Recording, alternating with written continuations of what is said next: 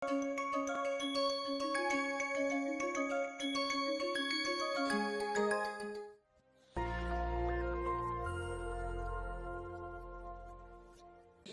everyone. So far we have discussed the radioactivity, the different types of radioactive decays, the nuclear structure, stability, and the nuclear models, mainly liquid drop model and shell model. Today we will start the details of the nuclear decays like alpha, beta, and gamma. In today's lecture, I will discuss the alpha decay.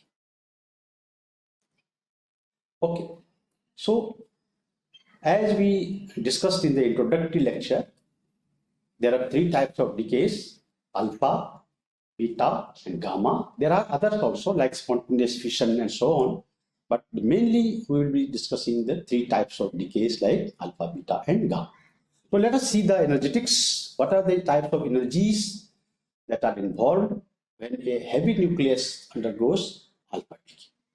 So as you know already by the group displacement laws, during alpha decay, the atomic number of a heavy nucleus is decreased by 2, whereas the mass number is decreased by 4 because the alpha particle is coming out of the nucleus. Just an example, uranium-38 undergoing alpha decay to thorium-234.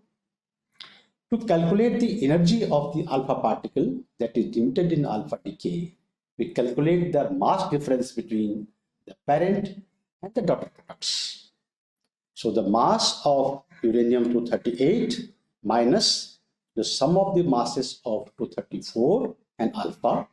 And now if you write in terms of the atomic mass units, then you can multiply by 931 MeV, or you can write in terms of the mass defect. So mass defect is nothing but delta M equal to M minus A, where M is the actual mass in atomic mass units and A is the mass number. So this into C square becomes actually the mass defect, and the mass tables actually give the masses in terms of mass defect. So what you see here is the 47.308 is the mass defect. That means M minus A into C square. So when you have the alpha decay, since the mass number is conserved, essentially it will give you the difference in the masses of the parent and the daughter products. So for 238 uranium, 238, this is the mass, 234 thorium and alpha particle. So if you see, the difference between this is equal to 4.27 MeV. That is the Q value of this alpha decay. Q value means the heat or the energy liberated in this process. So it's a positive Q value. This much energy is emitted. This energy is now shared between the alpha particle and the daughter product, that is 234. So how it is shared, how to calculate the energy of alpha? The basic concept is that since the 238 uranium is stationary, when it is alpha particle emitted, then the momentum of this nucleus is 0. So when it's split into two particles, the net momentum should be again 0. And so the momentum, that is the linear momentum, is mass into velocity. So M alpha, V alpha equal to M234, V234. That means the momenta of the alpha particle and thorium-234 are same. They will be in opposite direction, of course. So the net momentum will be 0. Now MV, if you can convert into M alpha, M alpha, E alpha, if you take a square of this one, like for example, MV, you take square and 1 by 2, so it will become M 1 by 2 MV square. So essentially it becomes mass into energy. So you can convert this relationship between the momentum equal to relationship between the mass and energy. So M alpha E alpha equal to M234 E234, and you can see here E alpha upon E234 equal to M234 upon M. That is what I was telling, that the Q value is shared between the two particles in the inverse ratio of their masses. That means E1 by E2 equal to M2 by M1. So you have two equations. Energy is equal to 4.27 MeV and the ratio. So you can now calculate energy of alpha equal to Q value into the ratio of the masses, 234 by 238, that is 4.198. The energy of 234 thorium, the other part is 0.072 MeV. So you can see here the lighter particle takes the major share of energy because energy is shared in the inverse ratio of their masses. So lighter particle gives major portion of the energy and the heavier particle takes the smaller portion of the energy. So that is why you will see that sometimes we say Q value is close to alpha because the thorium 234 is very small energy. So alpha particles that are emitted now in this alpha decay have the energies of the order of 4 to 8 MeV. Second important property of these alpha particles is the alpha spectra. So when a heavy nucleus undergoes alpha decay, and if you detect these alpha particles in the detectors, then what type of spectra we will see in the alpha spectrum. So here the even nuclei that we are discussing, like 234, 238 uranium and 234 thorium, they have their ground state spins 0, because they are even nuclei, and so mostly the alpha decay between the two even nuclei will go from ground state to ground state, and so there will be only one alpha.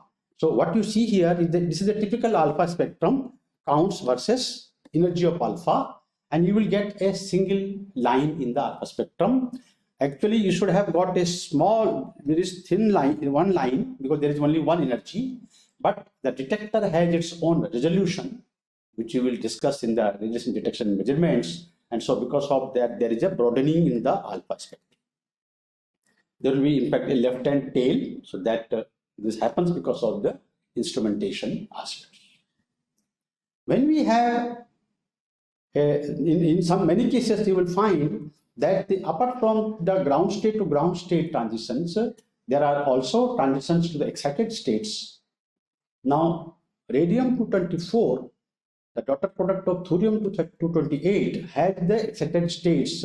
They are called the rotational states 0, 2, 4, 6. I have just touched upon the collective model that the mid-cell nuclei can also have their collective motions of rotation and vibration. And so apart from the ground-to-ground transition, 72.7%, there can also be transitions to higher energy states. But they are hindered with respect to the ground-to-ground transitions. And in such cases where there are multiple alpha particles emitted, the alpha spectrum will be something like this. So you have the main peak. This is the high energy peak, 72%. And then you have the lower energy, this energy. So if you say 1, 2, 3, so this will be 1, 2, and 3. Energy is decreasing this way. So from this data also you can make out that how many alphas are being emitted in a particular radioactive decay.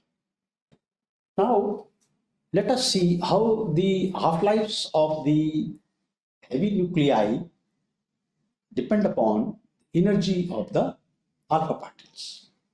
The typical values of alpha particle energy for heavy nuclei which are emitting alpha particles goes from 1.8 MeV, which is 144 niobium, one of the lightest nuclei to emit alpha particles, and almost the highest energy alpha particle is emitted in 11.7 MeV for 212 polonium, which is a metastable state of polonium 212. And you can see here the corresponding half-lives. So if you have the alpha energy very low, then the half-life becomes very high, 10 for 15 years. And when we have the alpha energy very high, half-lives become very small. And we will discuss this part in more details when we see how to explain the decay of alpha particle for heavy nuclei in terms of the penetration of a Coulomb barrier. So the higher the energy of the alpha, lower is the half-life for the alpha decay. Just to see an examples, different examples here. All the even nuclei of thorium, radium, radon, again radon to 20, polonium to 12, and you can see the alpha energy is increasing, whereas the half-life is decreasing from here to here. So as the alpha energy increases, the half-life decreases. And the normal range for the alpha decay, alpha energies is 4 to 8 MeV, though there are exceptions like 11.7 MeV or 1.8 MeV, but by and large, in the mass region of 200 to 240, 50, you will see the alpha decay, alpha energies are of the order of 4 to 8 MeV, and the half-lives accordingly go from microseconds to 10 to the power 15, 16 years or so. Now, you must be observing here that why there are no alpha emitters having masses below 144, or in fact there are none. So the question I have just put here, why is alpha decay not observed in low and medium A nuclei? This is a question which must be coming to the mind of the students. So the reason is that as you go down and down in terms of the mass number, the Q value becomes very small. If you recall the binding energy curve as a function of mass number B by A. So when we are here, heavy mass region, let us say the 150 may be somewhere here, then alpha decay is happening like this. A heavy nucleus is going to a lighter, slightly lighter nucleus and alpha particle emitted. So the binding energy is increasing. So when the binding energy is going down, when the going up means mass is coming down, and so Q value will be positive. But if you see in this region, when there is the alpha decay, the binding energy is decreasing, so Q values are negative.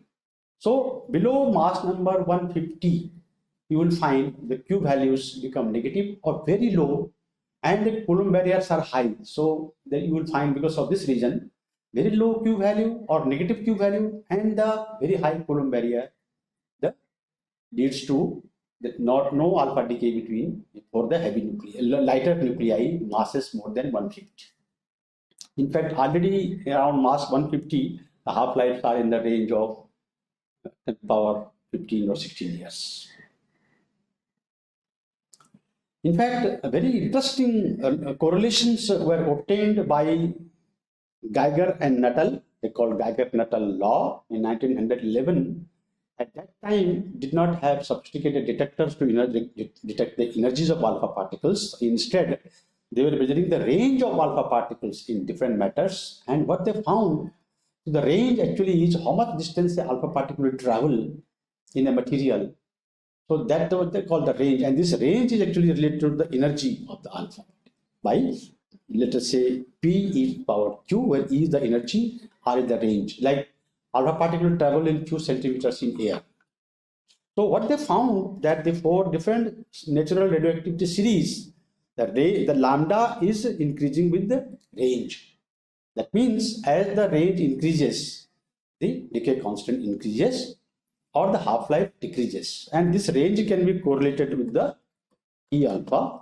So as the energy of the alpha particle increases, the decay constant increases. That means the half-life goes down. So the same thing is shown here for different isotopes of heavy elements like polonium, thorium, and fermium. The half-life and Q alpha are inversely correlated. As the Q alpha increases, the half-life goes down. Same correlation that you see from the Geiger-Nuttall law. So the half-life of an alpha emitter will increase if the energy of the alpha particle decreases. That is the main. So lower alpha, Q alpha, higher half-life. Okay. Now to alpha particles, why it is problem that why this half-life, why the nuclei cannot emit immediately the alpha particles. So as you know, alpha particle is a charged particle and heavy nuclei. So the nucleus offers a potential. So they are all in the attractive potential of the heavy nucleus. Alpha particle is formed inside the nucleus. To come out of the nucleus, alpha particle has to cross a Coulomb barrier. So this is a typical example that you have the attractive potential well for the nucleons, or if there is a preformed alpha particle, the alpha particle is sitting inside the nucleus in a attractive potential well. And now let us see so suppose the energy of the alpha particle is this order, it is coming out to this energy, but there is a Coulomb barrier. The Coulomb barrier and alpha particle, in alpha energy we discussed of the order of 4 to 8 MeV, and 4 to 38 uranium alpha decay we found it is 4.27 MeV. Whereas the Coulomb barrier, now let us try to calculate the Coulomb barrier.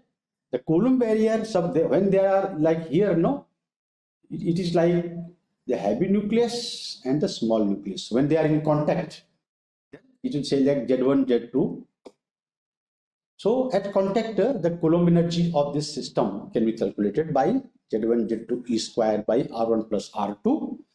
And so you can calculate this by this formula 1.4382. This is a term, depends upon this is a pre-term for this formula. Z1 in a charge atomic number of alpha particle, Z2 atomic number of thorium, and into, so this is R0 A1 1/3 plus A2 1/3. Now why this 1.4382 has come? This comes in terms of MeV.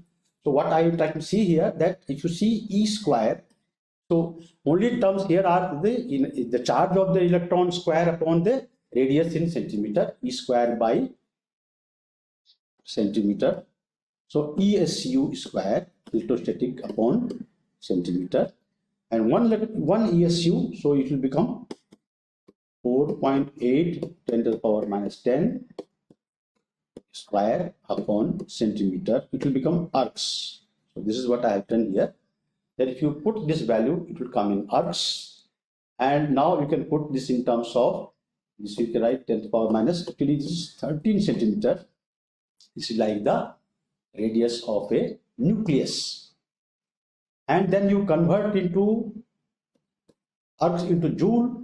So 10 to the power minus 7 joule per ergs multiplied by that. And joule to MeV, it will be 1.602 10 to the power minus 13 joule per MeV.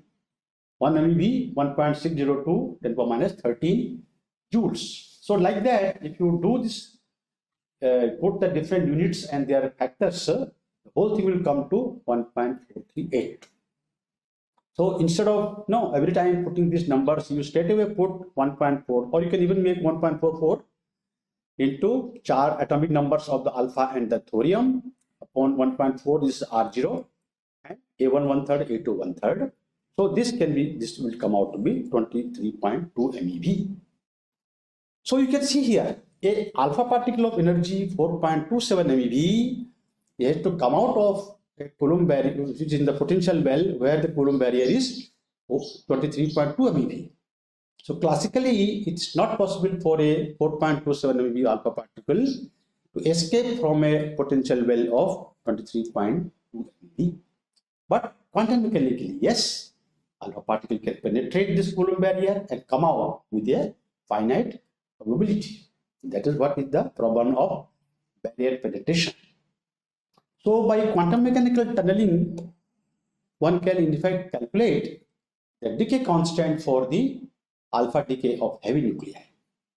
So the decay constant for the alpha decay, lambda, is equal to the penetration probability for alpha decay into the frequency of the alpha particle. So you see, the alpha particle is formed here. Alpha particle is formed and it is striking the Coulomb barrier. So there is a frequency of striking at the Coulomb barrier, that is F, and there is a penetration probability. So if this is alpha here, it is going to come out of this. What is the probability that this particle will penetrate? And it is assumed that the alpha particle is already preformed inside. So that means inside the nucleus, there are clusters of alphas, 2 protons and 2 neutrons combined inside the nucleus to form a alpha particle. So that probability is assumed to be 1 for even nuclei. So it is easily possible.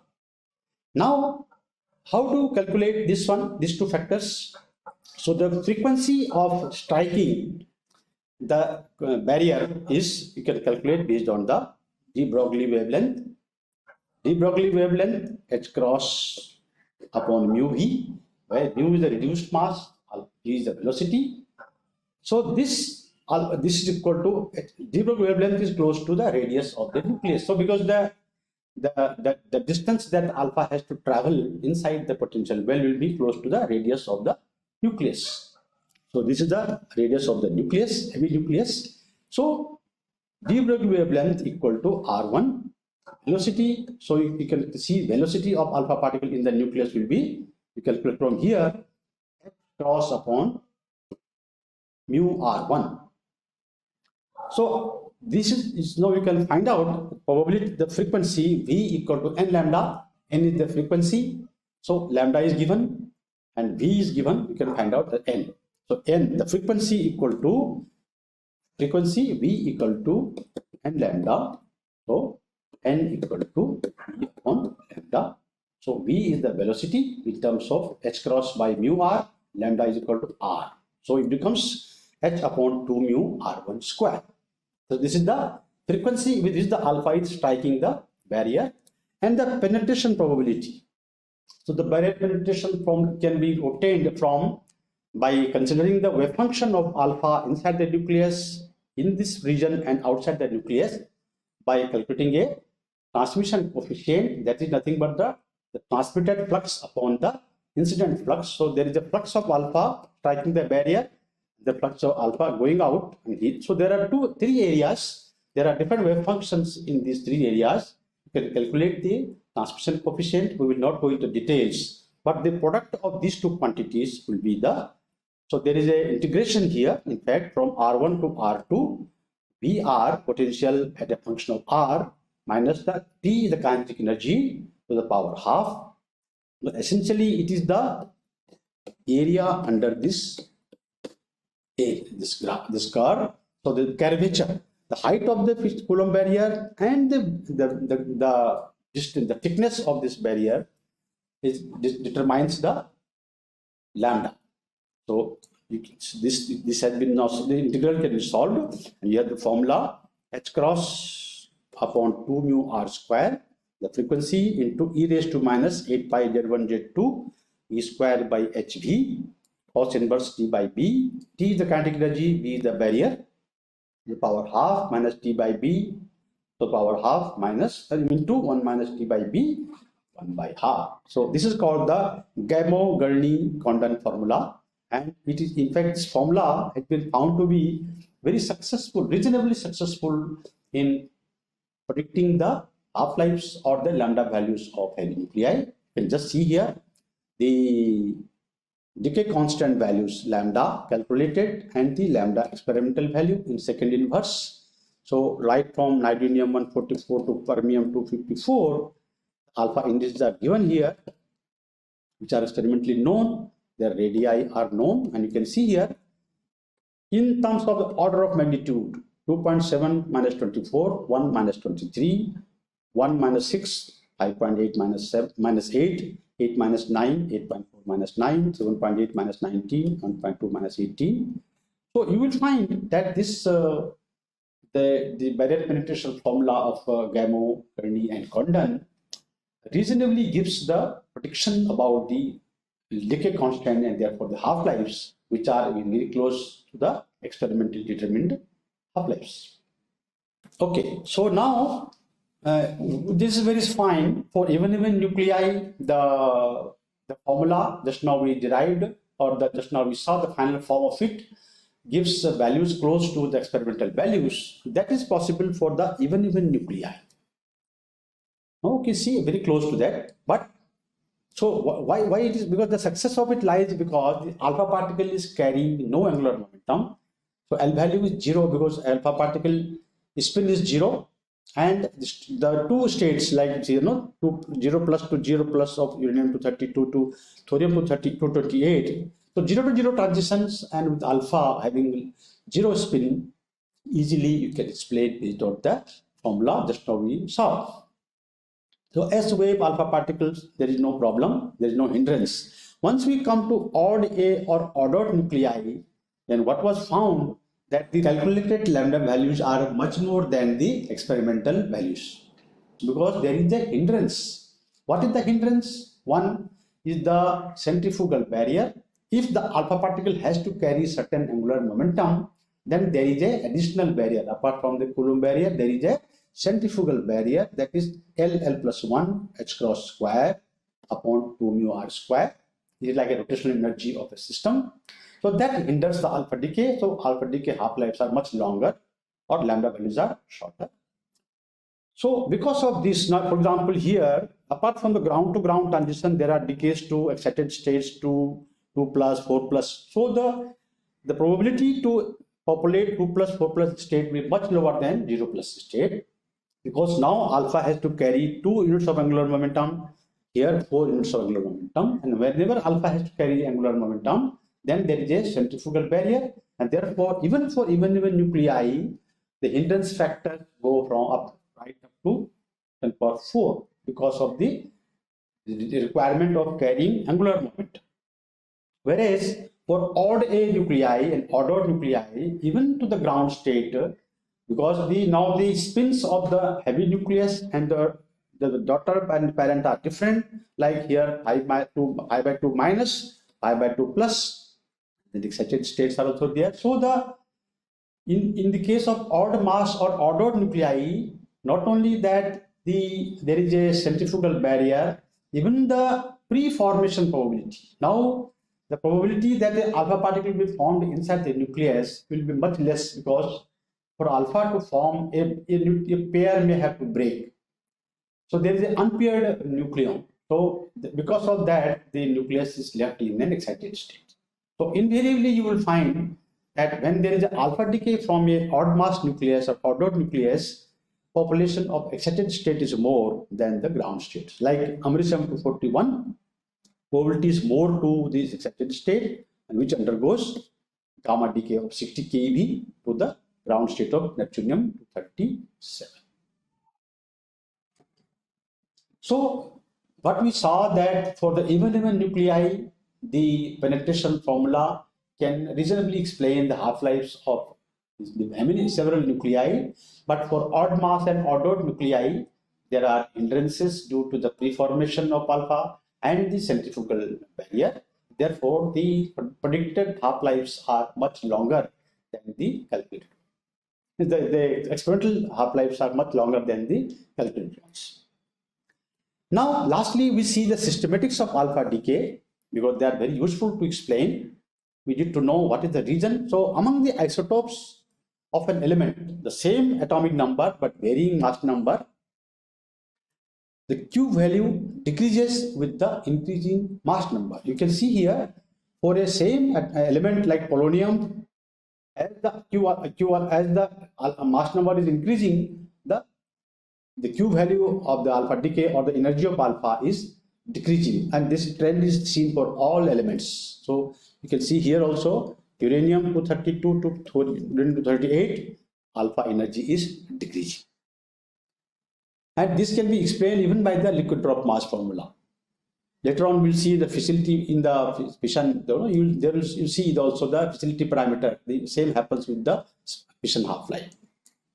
In isobars, same mass number and varying atomic number, Q alpha increases with increasing Z. You can see here to 38 uranium, 38 plutonium isobars, but with increasing Z, the alpha energy is increasing. And now cell effects. The nuclear cell effects influence the half-lives.